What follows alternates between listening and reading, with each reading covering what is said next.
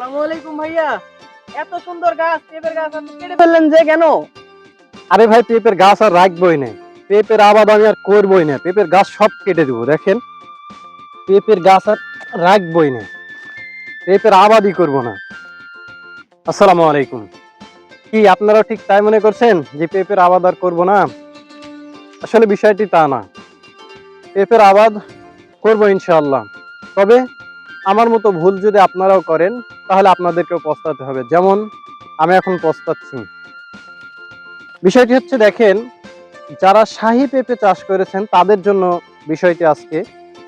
শাহী পেঁপে চাষ করলে 2টি-3টি করে চারা রোপণ করতে হয়। তো 2টি-3টি করে যখন চারা রোপণ করবেন, তখন দেখা যায় যে 1টি-2টি গাছ মেয়ে হয়, আবার 2টি গাছ পুরুষ হয়।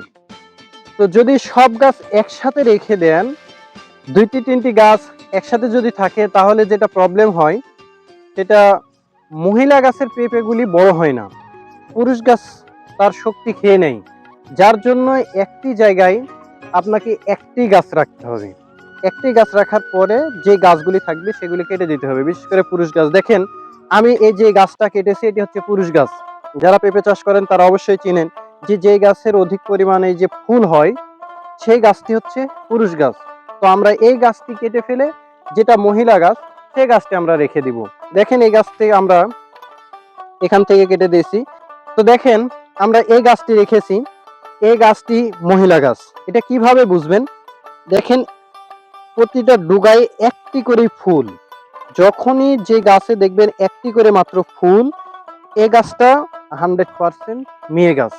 আর এটাতে সবচেয়ে বেশি ফল আসবে। যদি পুরুষ গাছ রাখেন তাহলে ফল আসবে না।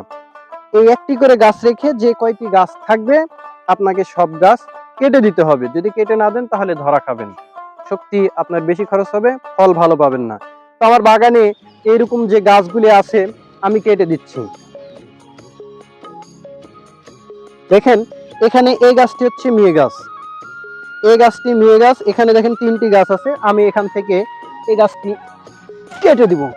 মায়া দয়া করা যাবে না ভাই, চাষ করতে গেলে কোনো মায়া দয়া করা যাবে না। যদি মায়া দয়া করেন যে এত বড় গাছ হয়ে গেছে কেটে দিব, এই যদি মায়া করেন তাহলে আপনি ধরা খাবেন। কোনো মায়া দেওয়া চলবে না, এই গাছগুলি আপনাকে কেটে দিতে হবে। আরো দেখেন, এখানে 2টি গাছ আছে, 2টি গাছই খুব সুন্দর হয়েছে মাশাআল্লাহ, যার জন্য এই গাছটা আমি রেখে দিব। অনেক বড় হয়েছে এবং ফলও চলে এসেছে। দেখেন, এখানে 3টি গাছ আছে, গাছের পাতাগুলি আসলে নষ্ট হয়ে গেছে। আপনারা জানেন যে রাজশাহীতে কিছুদিন আগে প্রচন্ড পরিমাণে শিলাবৃষ্টি হয়েছিল, শিলাবৃষ্টির কারণে গাছগুলি নষ্ট হয়ে গেছে। এখানে 3টি গাছ আছে, 3টি গাছ আমি দেখেন কেটে দিব। এই যে এত বড় বড় হয়ে গেছে, এরপরেও কেটে দিচ্ছি। মায়া দয়া করলে আপনি পেঁপে চাষ করতে পারবেন না, কারণ এখানে দেখেন যে এই গাছটা হচ্ছে মেয়ে, একটি করে ফুল, একটি করে ফুল মানেই মেয়ে গাছ। তো যারা পেঁপে চাষ করছেন, বিশেষ করে শাহী জাতের পেঁপে, তারা অবশ্যই এই জিনিসটি মাথায় রাখবেন। যখনই ফুল আপনারা বুঝতে পারবেন যে গাছে ফুল চলে এসেছে আর পেঁপে ধরবে, অবশ্যই মেয়ে গাছটি রেখে পুরুষ গাছটি আপনাকে কেটে দিতে হবে। এটা হচ্ছে পেঁপে গাছের আরো একটি বড় পরিচর্যা।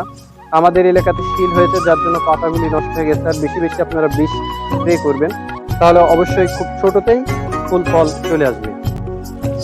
তো ভিডিওটি যদি আপনার কোনো উপকারে এসে থাকে তাহলে অবশ্যই জানিয়ে যাবেন, আর চ্যানেলটি সাবস্ক্রাইব করতে ভুলবেন না। ধন্যবাদ। আসসালামু আলাইকুম।